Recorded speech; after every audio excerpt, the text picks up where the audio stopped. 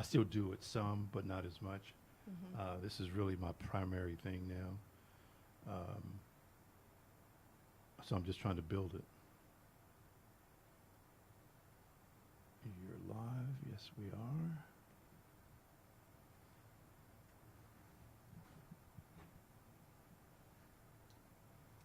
Make sure that we are for sure.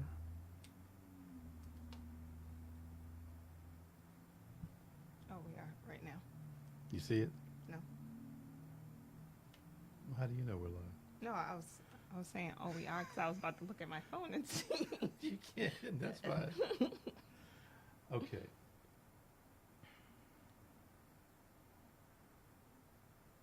All right, here we go. Let's count down the show. And 3, 2, and 1. Folks, this is Square Media Network. I appreciate you watching. And as always, I want you to make sure that you subscribe to the show. That's very, very important that you subscribe and help us to make sure that those numbers are continuously ticking up. And at some point, we're going to be able to monetize. Woo-hoo. The name of the show is A Project with Steve Rutherford. I am your host, that guy. And listen, let me just say this. I feel very fortunate in having this show. I feel everybody, but particularly black and brown people. It's important to me. So on the show today,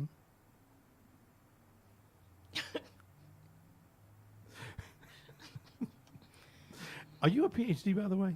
I'm not. Okay. Mm-hmm. Lakisha, right? Lakisha. I'm sorry, Lakisha Harris.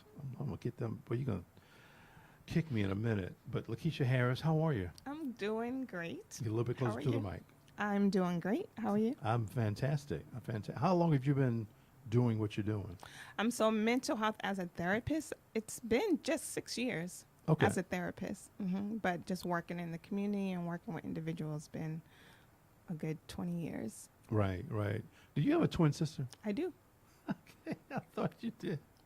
I just went by the pictures. I'm like, there's no way she can be just a sister. She's got to be a twin. Yes, we are twins. Okay. Is she here, Charlotte, too? She is. Oh, God. It's so funny because some people think we look exactly alike, and some people are like, "Are you really sisters?" No, I mean, it's obvious. The similarities are obvious. To me, they're obvious. But that's why I asked you if you had a twin, because is that apparent to me anyway? Mm-hmm. Okay, can't talk about other people. There's no telling what they see. So Lakisha, tell me where you're from and where'd you go to school, stuff like that. I am originally from Boston, Massachusetts, and I have been in North Carolina for approximately 24 wow. years now. You've been in North Carolina for a while. Yes. Well, now, were you always in Charlotte? I have been always in Charlotte. I came here for college. Really? UNC Charlotte or something? UNC Charlotte, yes. Wow. What was it? What actually brought you here, though? Honestly, I have always been a person who just gets up and suddenly does things, as Just my gets mother would out. say. Yeah. Yeah, so I was already in college, and after my second year in college, I decided I just wanted to move somewhere. And it was so late in the year that most of the college deadlines had passed. Right. And so after my requirements, there was maybe 3 schools. Oh, wow. I applied to all 3 of them. I got accepted to 2. Took the cheapest school, and the next week I was in Charlotte. Wow. Had no idea about Charlotte at all. And were you in that? Were you in the? Excuse me for not knowing. I guess the mental health program then. Or No, I was in criminal justice. What? Yes, I was a criminal justice major with a minor in social work. How did you? When did this come about? What you're doing now? So this maybe 8 years now, because so this is my second career. Right. I did IT for 11 years, full time for. Hold up. Wait. You went to school for criminal justice. Have your degree in that, I'm guessing. I do. Criminal justice. Did you ever work in criminal justice? No. Well, I worked at the public defender's office. Mm-hmm. I did once I graduated from college with my bachelor's degree. I worked with youth in a treatment facility. Right. And I did a lot of group homework. So I did do like some criminal justice stuff. I'm listening. And then from there, just because I was in in that environment of group home, treatment facility. They just happened to go through a new system, a new computer system. And I just happened to become the subject matter expert. And so when the county decided they no longer wanted to provide the service, then I was out of work. Okay. And they tried to find me a job. And because I was already doing somewhat IT stuff, working with the treatment facility, I kind of slid into an IT position at the public defender's office. And you did that for how long? 11 years. So when did the mental health part of it come into play? So when I was at the public defender's office, I went to school. My last 2 years at the public defender's office, I decided to go to school. So prior to that, I did do other things for the county. So I would work with those who were in substance abuse. I would go and kind of supervise them who were in a residential program and they needed help to make sure they was following the rules. So I would check on them. I did some work. I also had a nonprofit where I work with teenage parents, mothers. It was a mentoring program. And then I just wanted to go back to school. And I've always wanted to do this type of work. Sure. But I got into my career as IT. I got married. I had a daughter. Kind of stayed stuck in that for a little bit. Sure. And then eventually I found a program that I can actually work and go to school. But now you have your own company. Yes. Consulting firm, I guess. It's a private practice for counseling and coaching. That's amazing. And I what a career, man. What a path. That's amazing. I actually started, I got my license in May. I opened my practice in June. Oh, for a year? No, that same year. Oh, that same year. Okay, Yes. gotcha. Okay. I went right into private practice. Wow. Yeah. Wow. So it will be 6 years in June. How's that going for you? It is great. Good. I absolutely love it. I did internship work, and I realized I don't like the red tape. I like to be able to help people and do the work without the red tape. Yeah. So I love my private practice because it allows me to make the rules, of course, within state guidelines, Sure. but I get to yeah. help and make a difference, and I love it. Wow. That is a heck of a path. I'm glad I asked. It's like a no, I think it's very mixed, but still connected. You know what I mean? It's still, so I think that's real cool, though. Thanks. Wow. I definitely think my work at the public defender's office, although as an IT person, I did work a lot with the attorneys, and really some of the stories and some of the cases still, I could put the pieces together why this might have happened, why this didn't happen, and just on a mental health mindset. So I'm guessing that helped to move you. Yes. Yeah. Wow. So this was, and let me just go over this real quick too for the audience. Trauma, depression, anxiety, ADHD, grief, and anger. That's just, I'm guessing, a few of the things that you deal with. Yes, it is. Imagine that.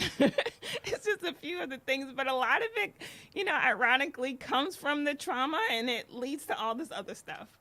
Wow. Is there such thing as a normal person?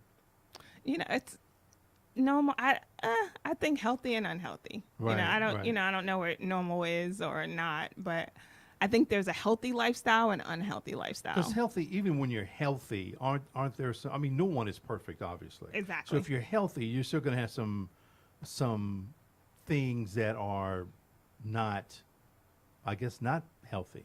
I guess it depends on how long you can deal with those issues, and some people can't. Some people have chemical imbalances and so forth and so on. So on one of your pages, you've got this up there. It says therapist and parent coach, helping individuals and families live their best life unapologetically. Yeah. So you kind of live by that? I do. Unapologetically. Be unapologetically you. I mean, I like it. So, it goes back to your question, is there a normal? I think normal is being you and flaws and all. Yeah, I agree. I have a lot of them. But then again, who doesn't? So let's talk about this for a minute. Anyway, what is trauma?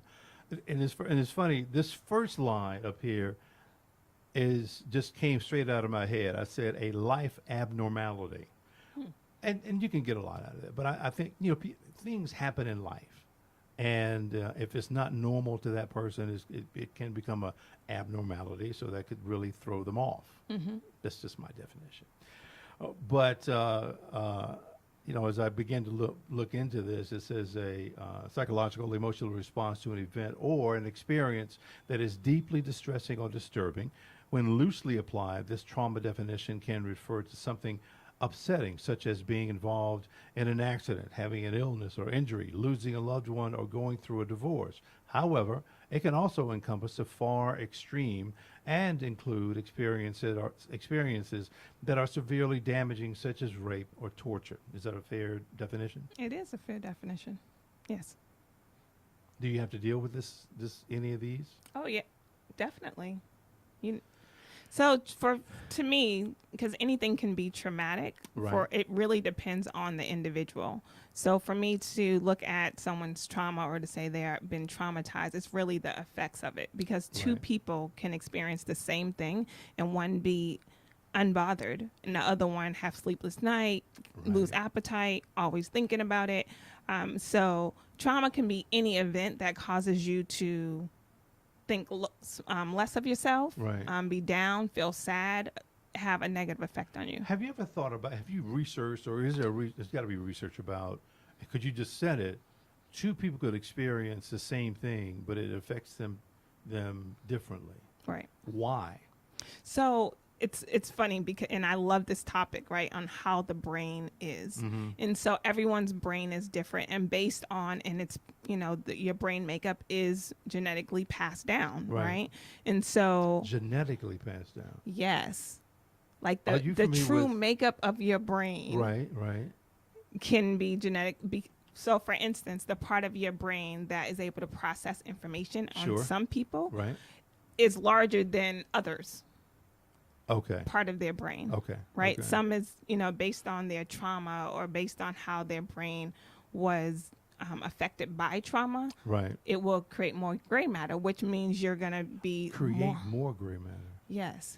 Interesting. Okay. Yeah. So there's this study. It's the ACE study, right? And it looks at children now, but I always look at it as, so it looks at children now on kids who have experienced one to 3 traumas in their life Right. versus 5 to 6, 8 to 12, and how their brain is different and the similarities of those who have experienced more trauma than the others. And then even the offspring, right? And so how you process information is going to be different based on who you are and your genetic makeup. Are you familiar with epigenetics?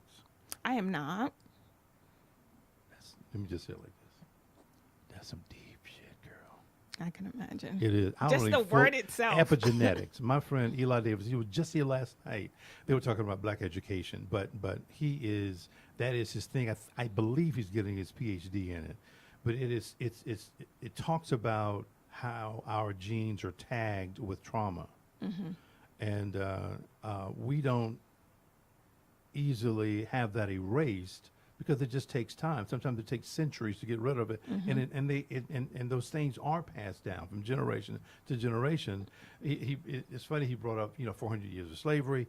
He said, Steve, honestly, it could take another 400 years to get rid of the trauma that we experienced even during slavery. I'm like, damn. And it's crazy, but it's so true, Right. because how we process in the genetic makeup that we now have then leads to more trauma.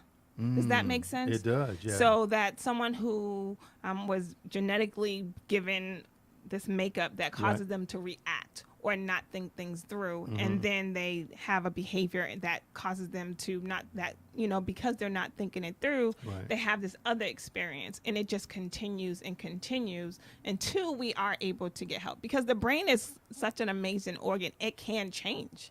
Right. It can Yep. change over time, and that's why I'm like, I love what I do, because I get to help people really begin to change. It's not easy. It's a Sure, process, sure. right?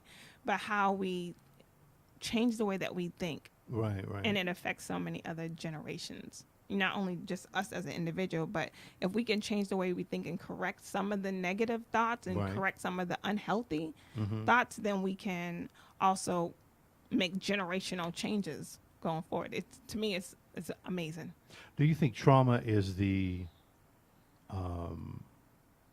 leader of everything? And, no, I'm sorry. Let me rephrase this a different way. Is trauma at the top, then everything else falls under it? Yes. Because the reality is, and what I find is that people who are depressed often don't know why they're depressed, or they have a lot of anxiety, don't know why, but it is the underlining is the traumatic events that they have experienced. And sometimes I'm guessing that some of these traumatic events could be so traumatic. Do they forget about it sometimes? Do they kind of lose sight of what that traumatic moment was? Right. They do. Or they don't view it as traumatic because it's the normal. Like people who have been abused all their life, like they just look at that as a part of life. It's not traumatic. Even though it affects them, they don't see it as a traumatic event. Like I can't tell you the number of people who say, I haven't really experienced anything traumatic. And then when you go through this list, it's like, okay, it's like 8. You got about 5 or 6 of those right there. 1976, look right here, 76. Wow. Yeah, that's pretty crazy. So, okay, let's go kind of down the list here. The next one is depression. And it says, depression, major depressive disorder, is a common and serious medical illness that negatively affects how you feel, the way you think, and how you act. Fortunately, it is also treatable. Right. It is. You can treat depression. You can. And for me, you can't, of course you can treat it, because really it's, all right, so what happens with the brain? When you are depressed, so your brain should naturally release endorphins in your brain. Right. But when you've had an experience, your brain stops automatically releasing the endorphins that help you to feel happy. So if your brain is not naturally creating these natural endorphins, then you're not going to be happy. Right. Does that make sense? It does. Yeah. So you can treat it by understanding, well, physically you have to do different things to help your brain to release it. And this is why medicine is helpful when someone's depressed, because it forces the brain to make the endorphins that help you feel happy while you're going through your treatment, to understand what's the true cause of your underlying depression, what's actually making you feel sad. And the hard thing is sometimes it's so deep that people don't realize what it is. Have you done, do you treat, or even can you treat someone with marijuana? I don't prescribe medicine, but marijuana has helped some of my clients. It has helped. Interesting. And it's against the law. Well, in some states. So for some people it causes, because marijuana itself is a depressant, right? It does make you feel down. Excuse me. It helps to slow your brain down. So it doesn't really help depression so much. I would say that it does help those who have trauma and those who have anxiety, because it slows the brain down. Marijuana itself is a depressant, so I wouldn't recommend someone who's depressed to take something that's going to slow them down even more. Stop smoking that weed, y'all. Stop smoking it. Yeah. I mean, it numbs the feeling, I guess, temporarily, but it doesn't treat it at all. Got you. So maybe you said it already, but so how would you treat depression, though? Or does it depend on the person? It really depends on the person. Okay. So for some people, medication does help them, right? But as far as for me, therapy is really being able to have that conversation and figure out what's the underlining cause of their sadness. What is the message that they received that keeps going in their head unconsciously, and try to bring that to the forefront and correct those negative thoughts. Does that make sense? Because I go by this triangle. So everything starts with a thought, and based on your thought, you're going to have an emotion automatically, right? And based on that emotion, you're going to have an action. Sometimes the thought is so constant that we skip right to the emotion and don't even realize what we're thinking that's causing us to feel that way. And so in therapy, we really just work on figuring out what is that initial thought that's causing this emotion. Right. So then we can correct it. Wow. So let me read some of this. Depression symptoms can vary from mild to severe and can include feeling sad or having a depressed mood, loss of interest or pleasure in activities once enjoyed, changes in appetite, weight loss or gain unrelated to dieting, trouble sleeping or sleeping too much, loss of energy or increased fatigue, increase in purposeless physical activity. Okay, sure. Or slowed movements in speech, actions observable by others, feeling worthless or guilty, difficulty thinking, concentrating, or making decisions. Shit, that's me. And Sir. It's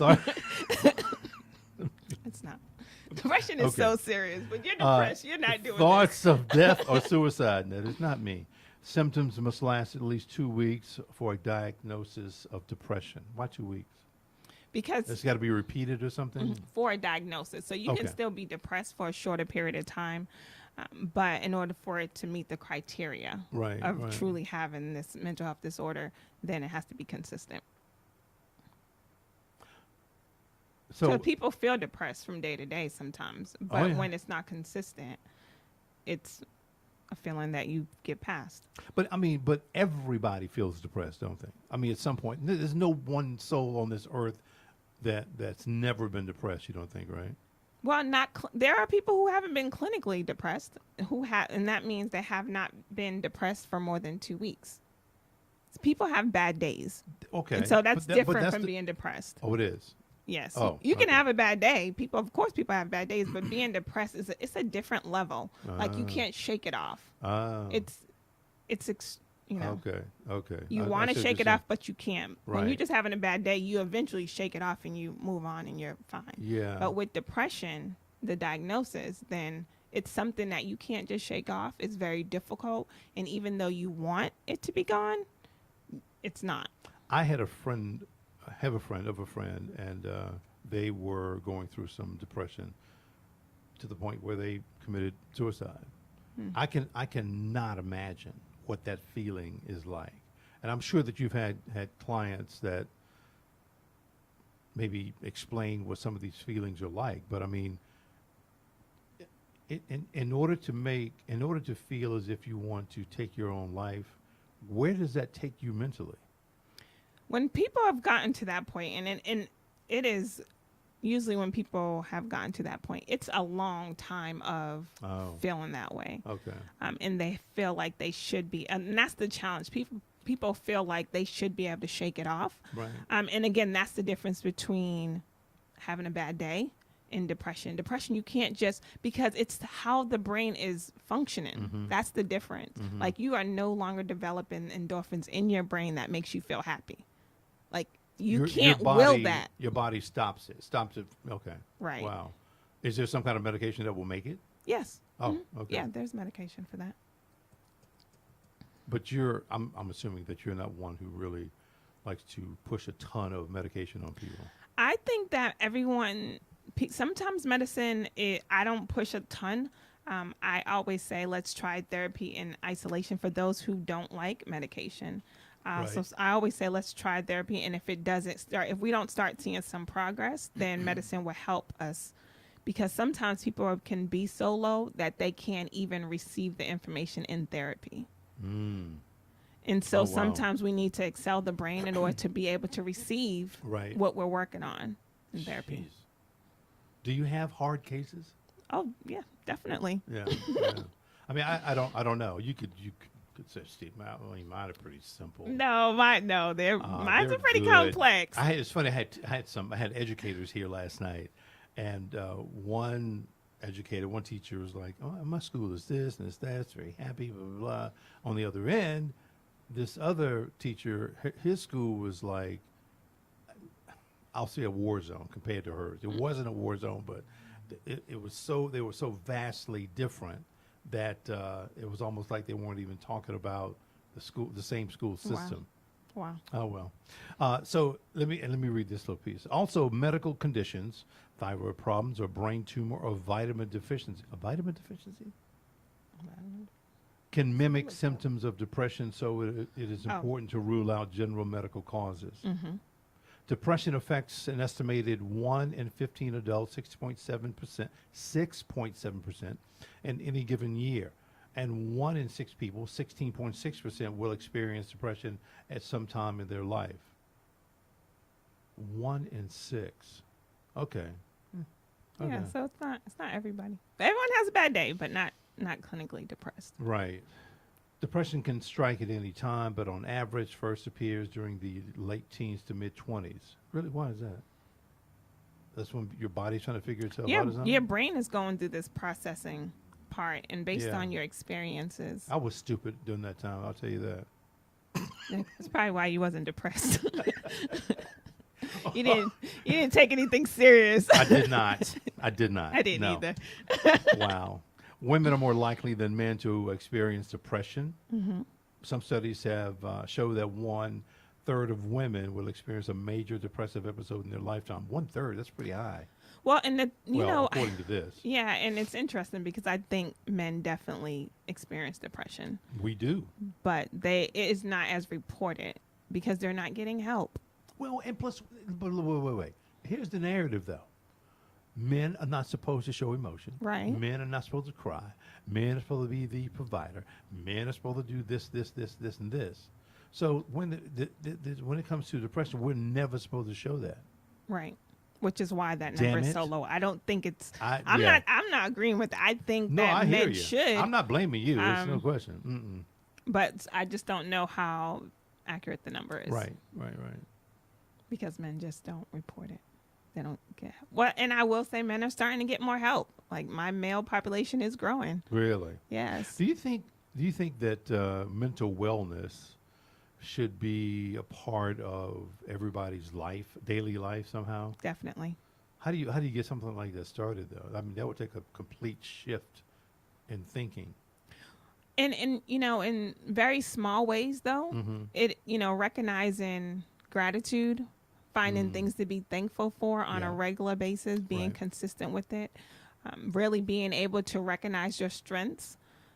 I can't tell you how many people I say, tell me 5 things that you like about yourself. And it's very hard for them to tell me because we're so used to looking at our negatives and our flaws. Yeah, that's and true. So daily, if we are intentional about finding our positives, unapologetically, that's just the thing, like really being able to recognize who you are and embracing you will create this level of joy and appreciation that eliminates or decreases the chances of depression. Right. That's a daily thing though. Like I always tell people, every time you look in the mirror, tell yourself 3 things that you love. Like pick your affirmation, and every time you go to the bathroom, every time you look in the mirror, lift yourself up. Like what? Like I'm awesome. You look good. Whatever.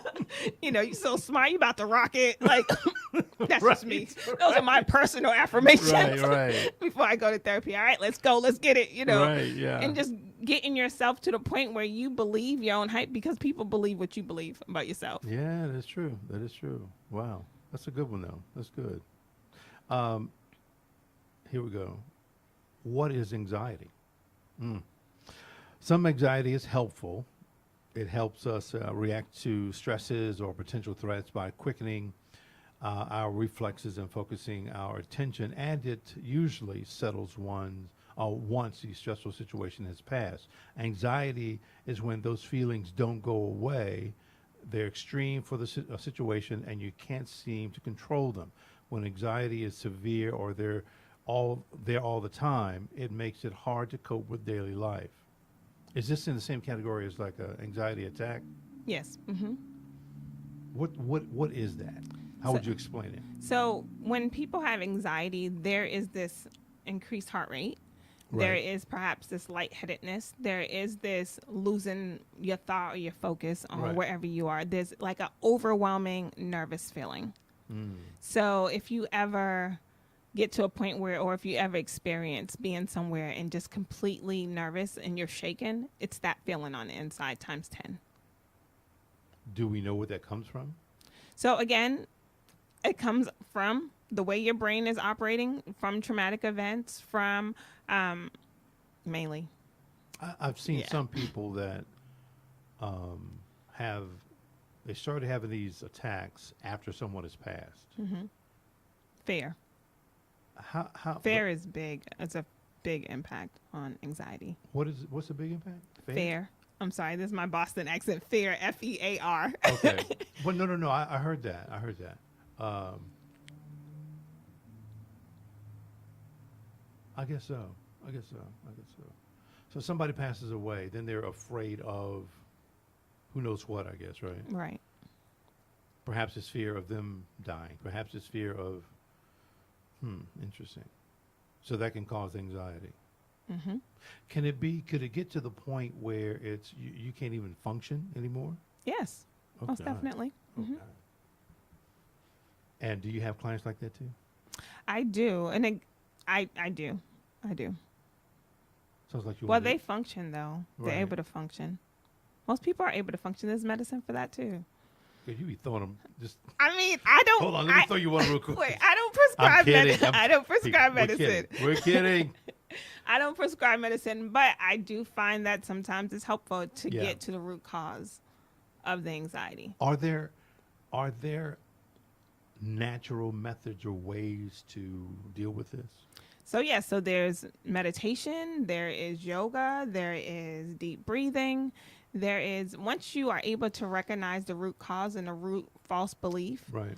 and that's the thing that we do in therapy is because sometimes we don't know. Most times people don't know why they have anxiety. Right. So even in your situation where someone has passed away and they don't, oftentimes they're thinking, well, I should be fine. I accepted the death. I don't know why I'm anxious. Right. But they still are. There was, hold on.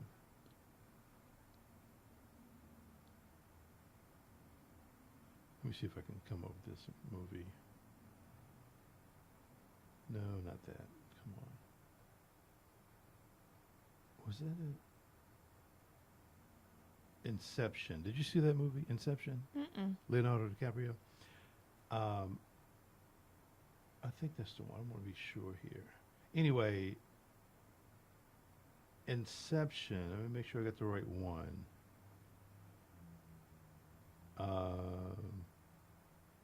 To enter people's dreams and steal their secrets from their subconscious. Anyway, of course, they came up with some device or something that they were able to go from one brain to the next brain. But I tell you what, you got to see it. Okay, Inception. I have to make myself a note.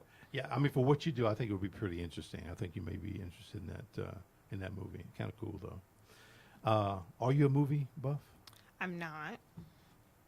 You don't like movies at all? I do Like watch what? movies on occasion, On occasion. but I know. I don't like. I don't watch. It's TV. not a big deal to you. Huh? No, it's not. No, I'll have like a day where I'm like, okay, I'm just gonna watch TV today. Watch TV. I know I don't watch TV. So there's no big thrill for you, like when a blockbuster comes out. None of that. No. I'm like, yeah, I'll wait till that. Look, I do say I will watch that when it comes on video. Wow. Every once in a while I'll go to the movies, but not much. I'll go because someone wants me to go, but I can spend my time doing other things. But you're the kind of person that goes to the movie and go to sleep. No. Or you're not. So you will watch. I would definitely watch. I'm sorry, it's hilarious. I will tell you, Steve, I am a project person. So I always have a project. Right. And so I think TV just takes my time away. It's a waste of time. Yeah, just stupid old TV. As we're preparing for your TV debut. Right. Oh my God. So let's look at this next one, ADHD. I'm not even gonna read it, but what can you tell me about this? So ADHD is really about how the brain works. The only challenge that I have with the diagnosis of ADHD, because I do feel like it is real, is that everything is diagnosed with. So often, ADHD is the first response. And Oh, it's like to catch me. It's like, oh, you got ADHD. Yeah, you're moving too fast. It's ADHD. You have a little bit inattentiveness. ADHD. Everything is ADHD. So that's the challenge. But in actuality, ADHD is it's real. Right. It's really it's what it is how again the brain functions, how we or children and people how we move through life. So then there's the hyper. So we're constantly moving. Our brain is moving so fast. Right. And you can see it outwardly. And then there's inattentive. Our brain, again, is moving so fast, but we're not, our outside is not. So that's really hard to diagnose. The other challenge, though, however, does that make sense? Yeah, absolutely. Is when someone has experienced trauma, right? It looks like ADHD. So people will come, often children with ADHD symptoms, when in all actuality, it's their trauma that's causing those symptoms. And part of the reason I'm guessing that it may be misdiagnosed is because they're not telling you the full story. Right. That's true. So when they tell the whole story, so those people who are watching, you need to tell the truth, people. Tell the whole truth so you can get your true help. Wow. It makes a difference. It makes a huge difference. The mind is a very powerful muscle, right? It is. You believe that, right? I do. Do you think that do you think we have the capability of healing ourselves? Healing like one person healing themselves without help? Yeah. Mm-hmm. No. You don't think so? I don't. So you have a caveat to that. You have, it's like, I think the brain is amazing, but it can't do this. Yeah, because it's kind of like clay. Clay is awesome. You can do all kind of things, but let it sit there by itself. It's making nothing. No, you're absolutely right. but you don't think that the brain, you don't think that someone could heal themselves by using their brain? Wow. I guess I'm not too surprised. I believe they can, personally. Mm-hmm. By just thinking about, or do you mean, for instance, someone saying, okay, I'm going to use this I'm going to use this strategy, I'm going to do this, I'm going to do some things that will help them feel better and help their brain become more healthy. If they decide to work out more to release more endorphins, or if they decide to like that type of thing, or just in their brain saying, okay, brain, get better? No, not so much brain get better. For instance, if you had, I don't know, a foot injury, whatever that was, I'm thinking, I know, well, I shouldn't say I know. I think that somebody using their brain could really, really focus on where the injury is and begin to heal that injury with their brain. Okay. That's just what I think. It's just a shame that the person like you are in the field that you're in and you don't believe that. No, but no. In the reality, as I think about mental health, because this is what we're thinking about. So mental health is basically an unhealthy brain. So how does an unhealthy brain be healthy? Well, no, I'm not sitting here saying, I'm not telling you that somebody who's got an unhealthy brain can all of a sudden begin to do, all of a sudden their brain is fixed. Okay.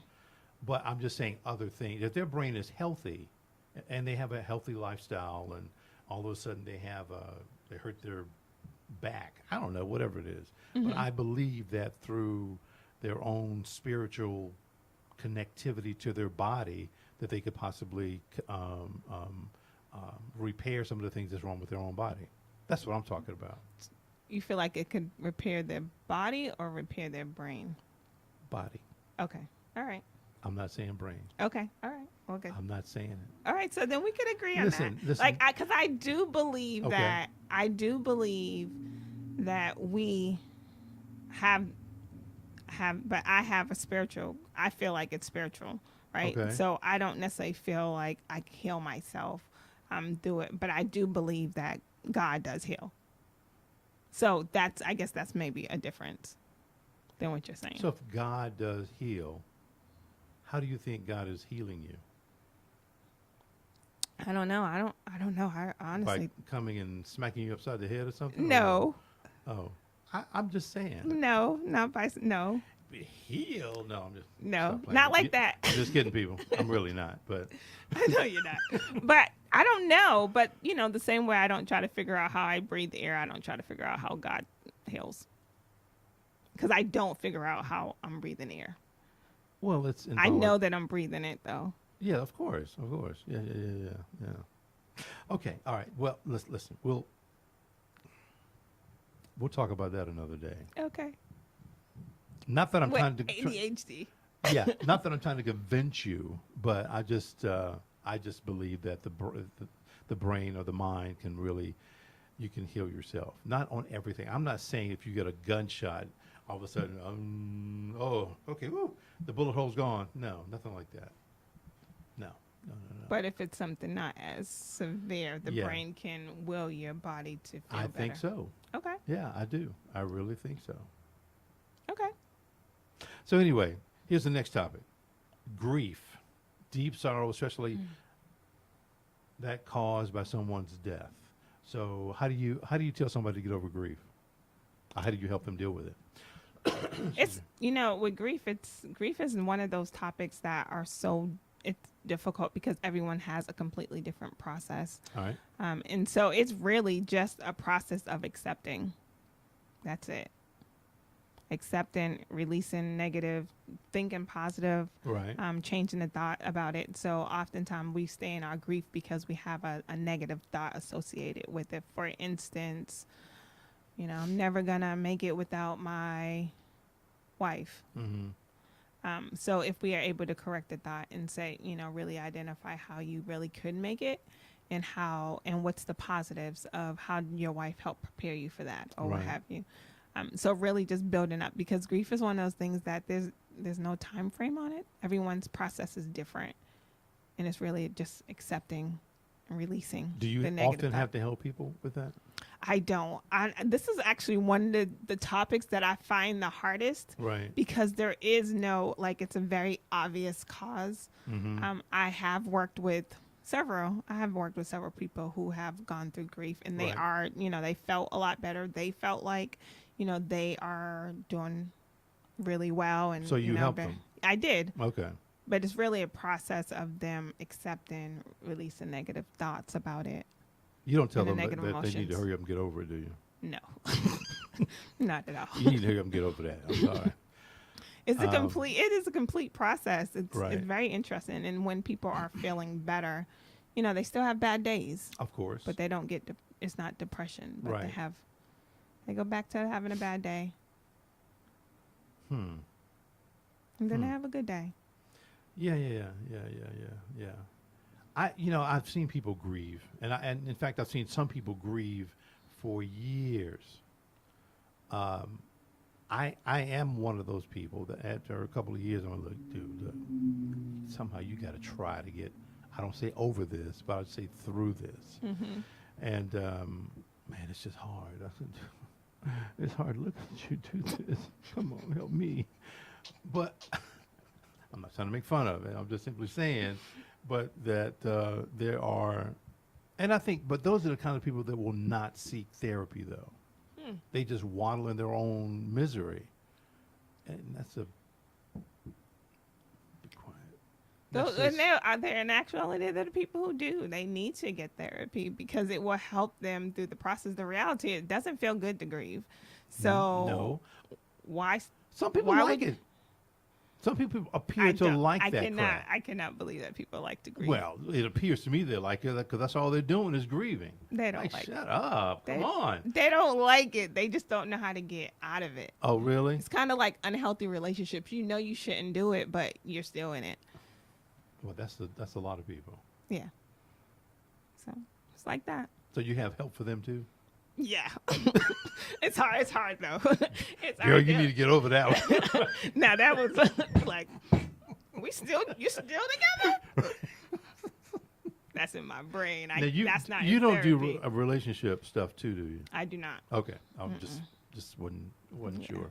I often tell people I don't do marriage counseling, right? Because I have a very, very low tolerance for nonsense. Honestly, I can tell. I can tell. I do. Like, I'll be in there like, And why are you with him again? No. Why are you with her? No.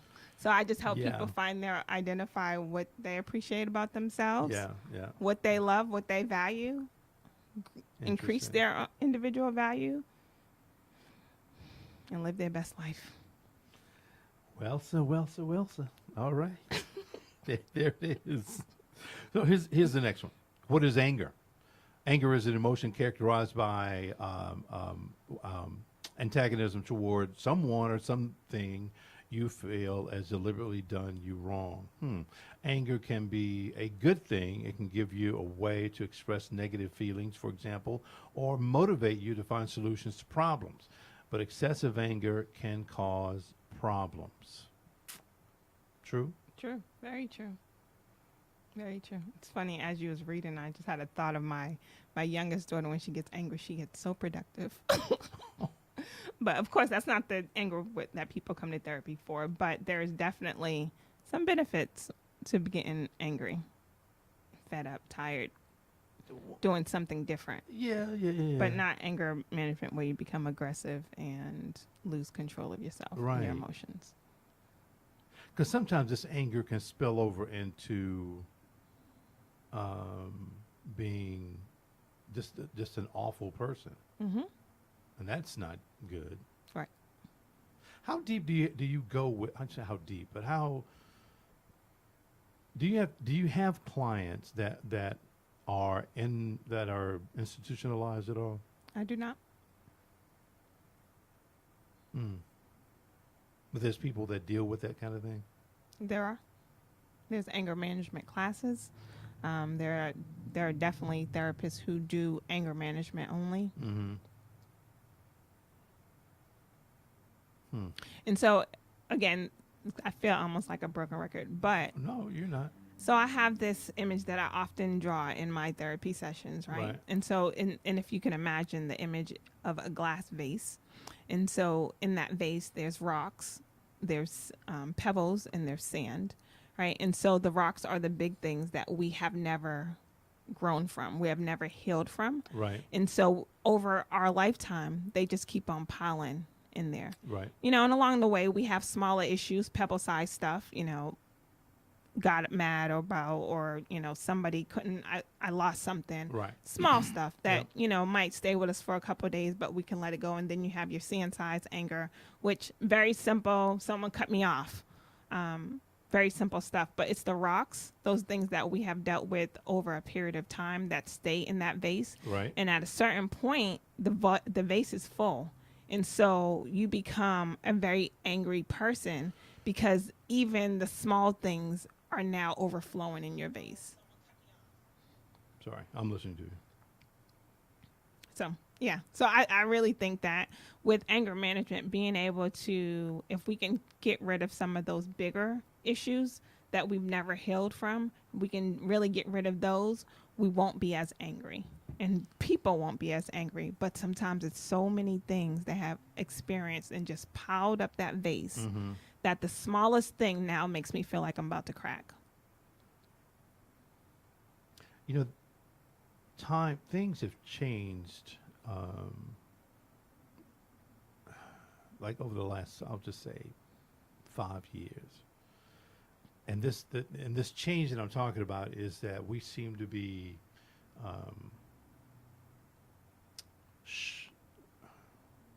shorter with people, shorter conversations with people.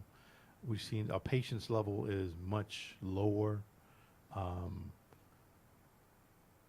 And I don't know what is causing it, except perhaps the guy that's in the White House. But there's something. There's a few things that I feel. That is certainly one of them. I don't know if it's anger that is certainly coming up. But again, the people's attitudes have changed or continuing to change on various fronts. I feel that women's empowerment, women's power is increasing, has been increasing over the last, I'll say, couple of years. I think that's a wonderful thing. And for men, for black men, we are not quite on the rise that the same rise as black women are. It's not a bad thing. I do think that it's time that black women really begin to just rise and rise and rise and rise and rise up. And I've been feeling this surge for quite some time. I don't know why I'm feeling it, but I have been. So, in saying that, I think that this time that we're actually in right now is it's been telling, but it's going to be even more telling in the next, I don't know, 2 or 3 years or so. Right down to, and I am kind of veering off from what we're talking about just a little bit, but what the hell. I think politics is going to change.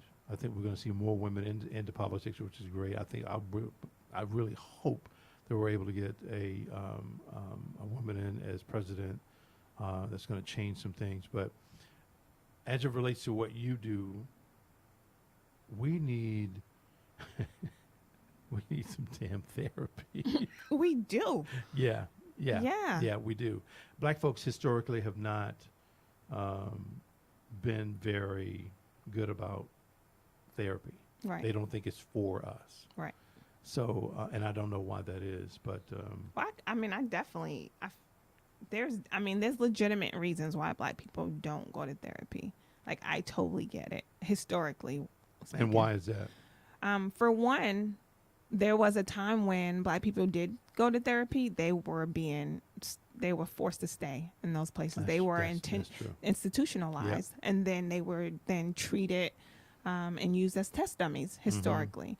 So it became generationally, we go and tell the next person, don't get no help, because once you get some help, they'll try to keep you, and that's not just a saying, that's a fact. Yeah. Oh, wow. Okay. Right. So we're hundreds and thousands of black people who were going to get help because of this historically passed down traumatic events of slavery that led to all this depression and schizophrenia and all these things because of what they experienced in slavery times. Sure.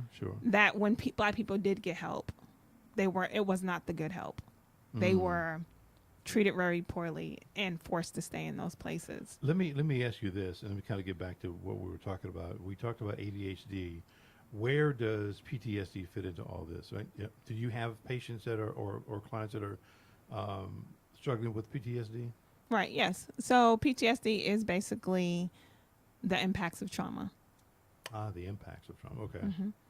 Post-traumatic stress disorder. So when you have gone through a traumatic experience and it's affecting your day-to-day living, that's PTSD. And this is not this is I think a lot of people assume that it's only for people who are coming back from a war zone. It's not just that. It's not. It's so not. So you can have PTSD from domestic violence, from bad relationships, from being bullied, from a car accident. Right. You can have PTSD, and really it's anything. Trauma is anything that affects you now, right? So bullying, and it's so funny because people for so long have dismissed the impact of bullying, and bullying is huge. It impacts people, kids now, but even I see adults who they're coming and the underlying cause is being bullied. Right.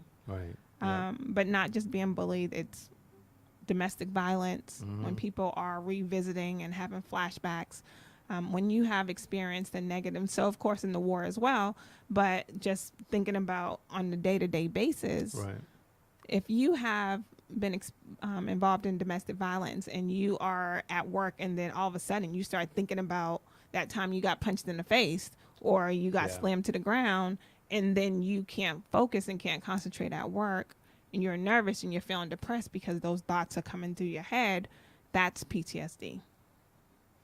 Let me ask you this. On your page, you have therapist and parent coach. What is a parent coach? So I'm a parent coach. I teach parents how to parent in a healthy way, basically. Sounds good. Yeah, it is good. Okay. Okay. Tell me how that works. All right. So it's a curriculum-based curriculum that I use, and I work with parents to identify what are the ways that they are parenting now, try to identify how their children received what they're being taught at home how their parenting affects their child. So it's videos. We do videos. We will have discussion. We do questions, and then I give them assignments to do on a weekly basis. It's 4 weeks. And I'm guessing that you do an assessment to see kind of where they are. Yes. So for me, I was for a while I was doing some classes like groups, and people. It's so funny because people don't get the help they need. Right. And so I'm on this big platform of normalizing healing, because if you can heal from your situations, from your struggles, you will be a happier person. Yeah. Like, being a parent is very hard. Right. And it can be very frustrating when your children are not behaving the way that or the way you want them to behave. Sure. Yeah. The reality is that, and it's hard to say or whatever. Sometimes, though, outside of genetics, a lot of the way children behave has to do with how their parents are parenting them. Yeah, of course. And so there's no handbooks on parenting, for instance. Like, every child is different. I have 2 children, very complete different children.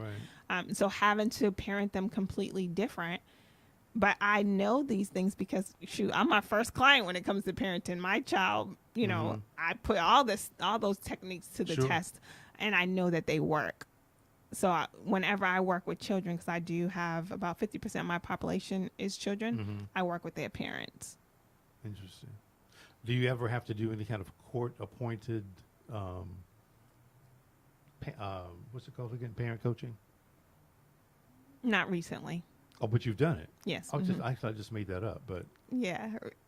So, because some parents are mandated to go through parenting. So the judge goes through and says, "Listen, it's obvious you are not a good parent. Your ass needs to go to class." No, well, they say that the way you're parenting is not very helpful or something. Maybe not a bad parent. Yeah, you're awful. No, I'm just kidding. Wow, a court-appointed parent coach. I wish that more parents were mandated to parenting, because you will see, and it's so funny because most of my parents, and I love them because I feel like they are awesome. They are like, my kid needs help. Let me know what I need to do. They're very open. They want to know what to do, and I love that. The reality is that so many parents are not. A lot of parents are like, fix my kid. But when they go through the curriculum and when they learn, they're like, okay, so what I am doing is contributing to my kid doing this. And they change that, and their kid changes. It's like magic. Yeah. It's bananas. Wow. It's bananas. But it's so hard. I've honestly had hosted parenting workshops for free, because I just want people to get better and help our children. Right. But people are not. They're just not open to it, are they? Yeah, it's hard. Yeah. I bet you if you charge for it, you have more people coming in. I tried that too. And it didn't work? No. Damn it. Yeah. So when they come to therapy, I kind of, part of therapy is parents have to do this parenting part. So. You're not a good parent. I'm sorry.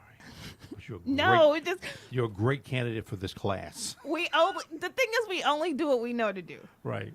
So for myself, I've always been that parent from inception of reading the books, figuring out what I need to do. Of course. But when I went through the curriculum to become a trainer, I was like, "Oh, let me try this," and I tried it, and it was like, "Oh, that worked." So there is a book on how to parent. Yes, there is. There's a curriculum, even. Is one of these books your book? No. Okay. No, I mean, it would be great if it was. But I have a book. Oh, you do? What's your book? So my book is Every Woman's Little Black Book. You look at me like I should have known. You should have known that, Steve. I have a book. I don't know why we're not talking about my book. I don't know why we're not talking about it either. What is your book? So my book is Every Woman's Little Black Book, and it's a Heal, Date, and Thrive. Right. And so I wrote it with the idea of, for one, looking at the impacts that parents have on their children, and the impact that we have on ourselves by relationships. Okay. So being in unhealthy relationships, the negative, huge impact it causes for ourselves and for our children. Okay. For instance, when we don't know how to date, are more likely to accept a relationship that is not good for us. You said when we don't know how to date. What is okay? What does that mean? How to date? How to date healthy. Let me say that. Okay. So some people, you're married. Yeah. Yes. So maybe you haven't dated in a while. But some people, when I they dated my wife for a while, but how long ago? 7 years ago. Okay, it's kind of new. Yeah, kind of fresh. Yeah. So some people, when they date, they just date because it's convenient and they have fun. Yeah. They don't necessarily date recognizing what are things that cause them to feel unhappy. They'll date people who are negative triggers for them, or they'll have red flags. They'll dismiss them in those relationships. Yeah. And then they will find, before they know it, they are in love with someone who is either abusive, unhealthy, and then you have children with these people. And before you know it, your child has no father or no mother. Yeah. So we find ourselves in these unhealthy relationships because we don't know how to date. And in my book, I talk about Don't know how to date. That's a great title. I like that. I'm one of those people. I honestly feel like every person I dated, not anymore, because I'm much better now. But but honestly, growing up, I felt like every person I dated was a new lesson. I was like, oh, okay. Well, and it is, really. Yeah, but I wish I would have known some of those things. How are you going to know that? Really? How are you going to know? So what the book does, it asks questions to help people recognize what's important to them. Let me just say it like this. I'm just saying. Keisha. Go ahead, Steve. Where's your... Okay, let me... Hold on for a second. Let me get my book out and follow step 3, 4, and 5. Yes. No, we can't do that right now. No, that's not that. It's not like that. What's it like? So for instance, in a lot of for the women who come to therapy, a lot of women come to therapy, and men. Right. I'm not even gonna say just women, but a lot of people who come to therapy because of negative relationships and their impact. Right. Right. And so sometimes people will go from that relationship to the next relationship. Yeah. They'll find something in common, a negative.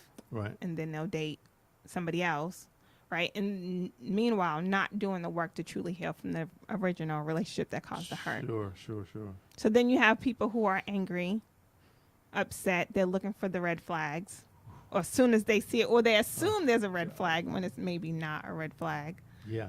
Or they blame themselves for being in that unhealthy relationship way too long, right? So there's that guilt, angry factor. I can't believe I stayed in this relationship for 8 years.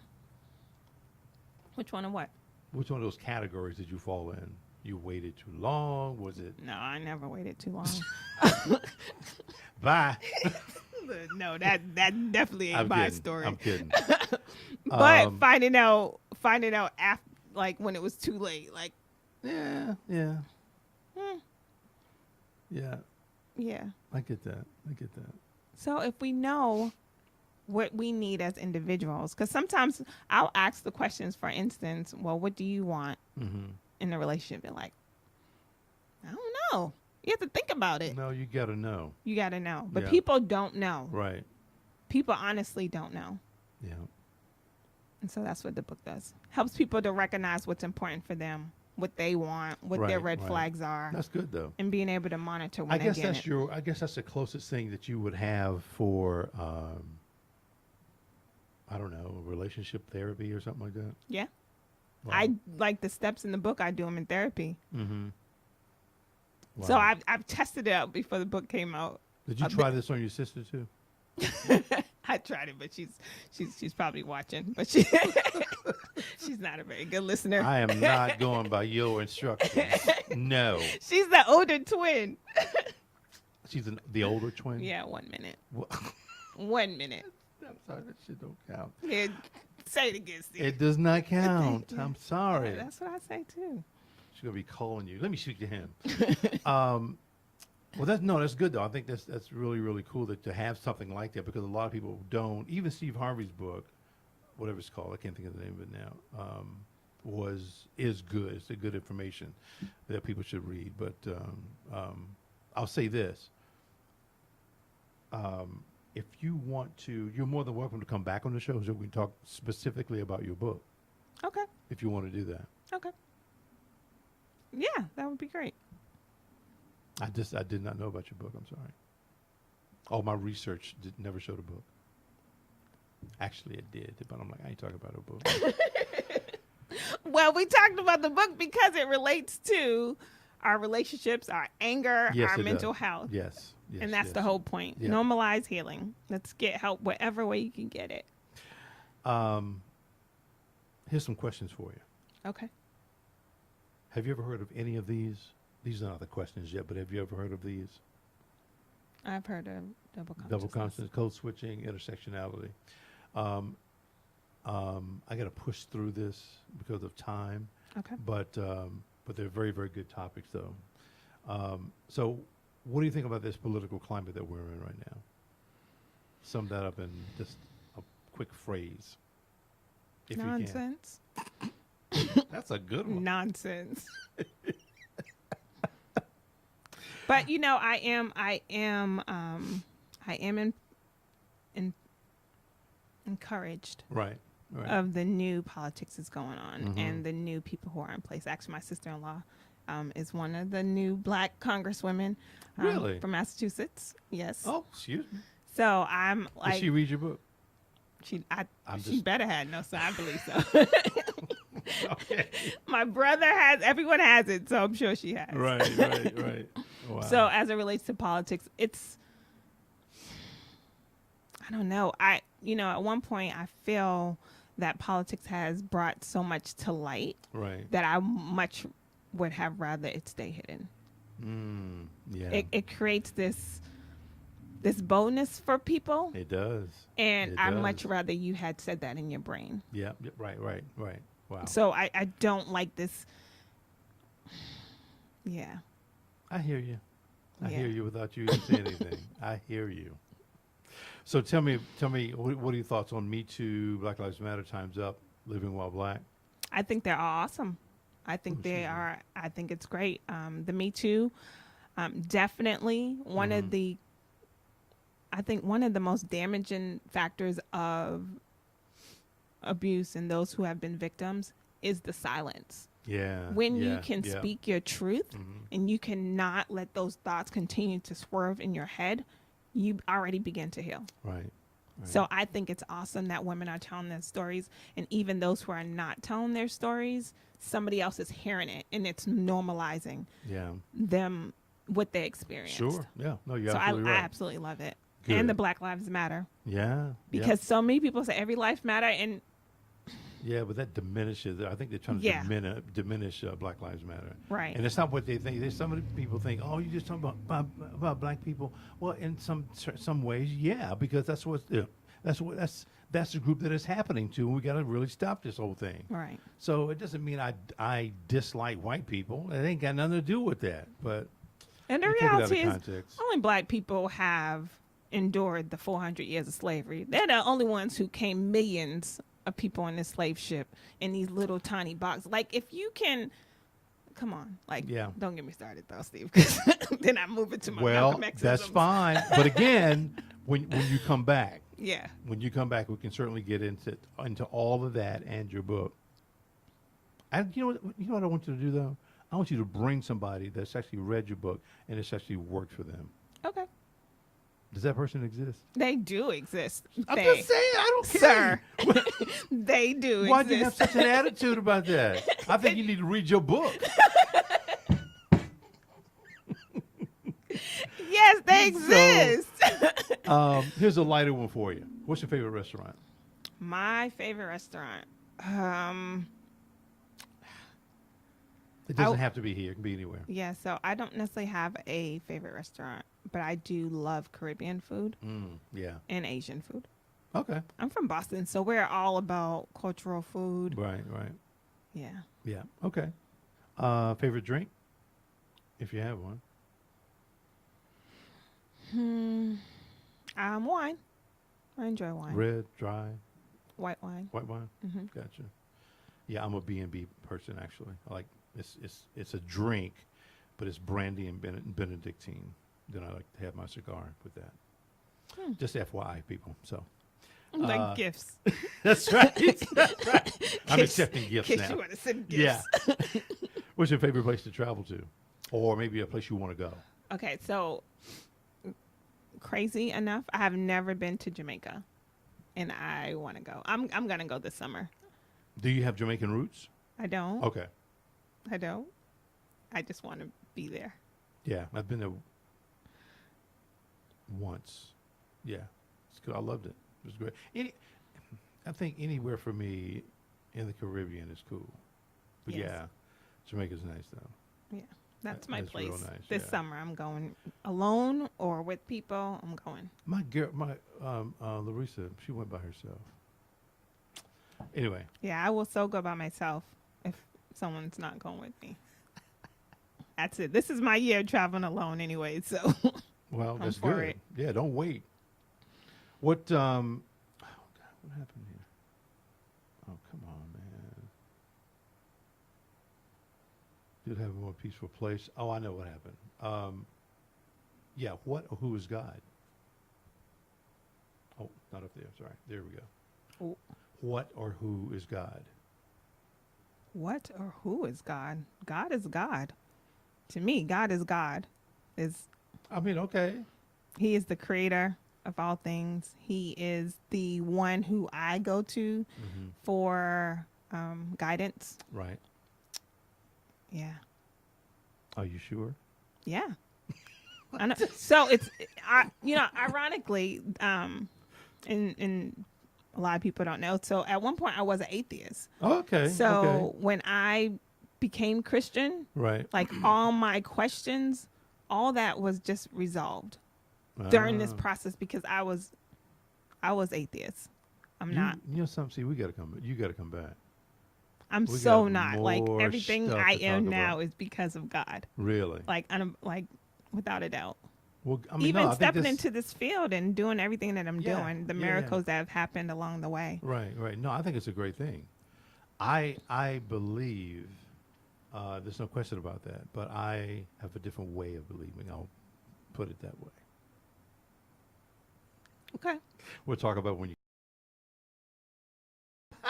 I'm sure that would be an interesting one. Oh yeah, oh yeah. Yes, But I don't debate it because I feel like, honestly, I feel my God is like, for me, there's no way around it. There's no reason. The things that I have done or do or the way I think is nothing right. but a miracle. Do you denounce other religions? I don't. I Right. feel like for each their own. Right. Yeah, some people I just do. speak for me. Yeah. I just know what works for me, and I know that God, Jesus, has worked for me. Yeah. Yeah. No, I think it's good though. It really is. You ever met him? I You felt know, him. I'm kidding. I definitely have felt him, Yeah, though. I'm just kidding. I'm just playing around. I felt him, though. Guess what? We're at the end of the show. Awesome. Let Sounds me. good. Did you have a good time? I did. I'm serious. I'm glad. I'm glad you did because I do want you to come back. There's some unfinished business we got to talk about, namely your book and Jesus and what was the other thing? think that was Relationship. it. I don't know. It was a bunch. The book is a relationship stuff, too. Okay. Yeah. So, Yeah. all of that. Well, we'll tackle that. Black when you come love. Ooh. Look at that. Look at you. Trying to expose new things. Look. Okay. Keep on playing little tricks. Okay.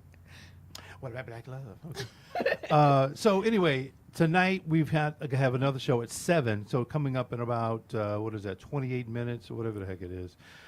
Unapologetically Black is going to be on. LaWanda Mayfield is here. They're going to be talking about, let me put this on the screen. There we go.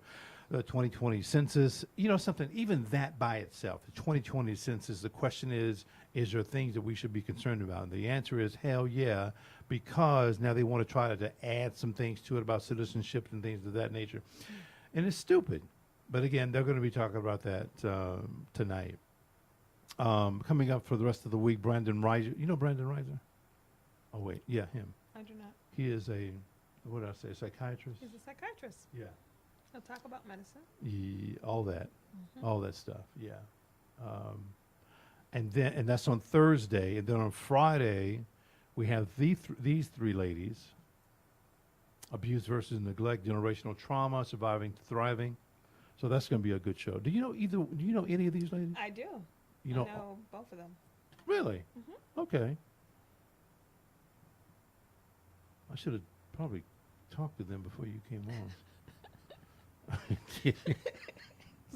So anyway, those are the shows that are coming up for the rest of the week, Thursday and Friday. Let me talk about this briefly. We do have a podcast. I'm looking for 3 more hosts. I'm not going to get into it right now, but 3 brand new podcast shows that we're trying to develop. And we also have podcast rental spaces here. We have a single station, double station, and a multi-station. This is the multi-station because here you can have probably up to about 6 people on a podcast at one time. If you want it to be, if you want a cam, if you want it streamed, we can do all the stuff from this particular station. You want use of the screen for graphics, all that stuff. But folks, this is the project. This is the network is Square Media Network. I do appreciate you guys watching. I appreciate you being on the show. It was a lot of fun. I'm serious. It was great. It was. Thank you. He's so surprised, y'all. You're surprised? You! What do you mean I'm surprised? Maybe I was. Anyway, thank you very much, folks, and we'll see you. Lawana's going to see you in about 26 minutes. So 7 o'clock, make sure you watch your show. Thanks, guys. We'll see you.